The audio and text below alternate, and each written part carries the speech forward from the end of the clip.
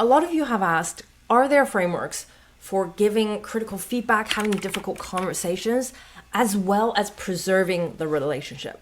And the answer is yes, there are. In fact, it's usually the relationships where you can have those difficult conversations that actually become stronger, that you can actually preserve the integrity of the relationship.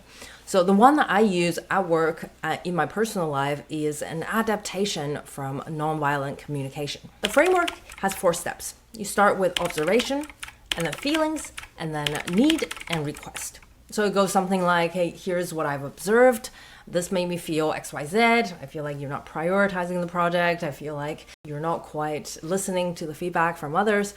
So the need is, when we hit our goal, we need to do XYZ. So the request is, can you make this change? This is a simple and powerful framework. The problem though, especially at work, is before you get into step 1, observation, what do you say? Right? That's that awkward moment of, okay, we're going to talk about feedback. We're going to talk about all the things that you're doing wrong.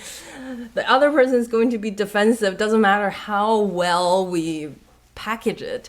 So how do we start the conversation?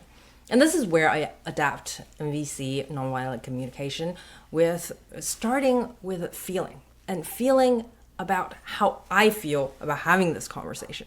I talked about it briefly in the previous video, but I just start with honestly how I feel, right? If I feel awkward, I'll just let them know. Feedback's usually awkward.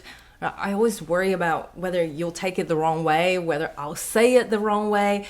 And having been on the receiving end of feedback, I always know there's a small part of me, it doesn't matter what the other person say, I get a little defensive. So I'm hoping we can have this conversation. I'll point out the things that I see. I invite you, please come in and fill in the blanks so we can just have a conversation about this instead of making this really awkward and me telling you what's wrong and you feeling like I'm not seeing all the things that you're doing. Is that okay? I think we've all had the moment where we're eager to grow. We want to improve on the problems that we know we have, and it still hurts when someone points it out. So when you're on the feedback giving end, just by letting the other person know, hey, I'm also worried that I might say something wrong. I know it's uncomfortable, so let's start there. It really helps preserve the relationship and give you a path to let the other person know, hey, I'm going to talk about this. Is this okay? And when they give you the okay, right, you have more space to be honest and direct about what you've been seeing.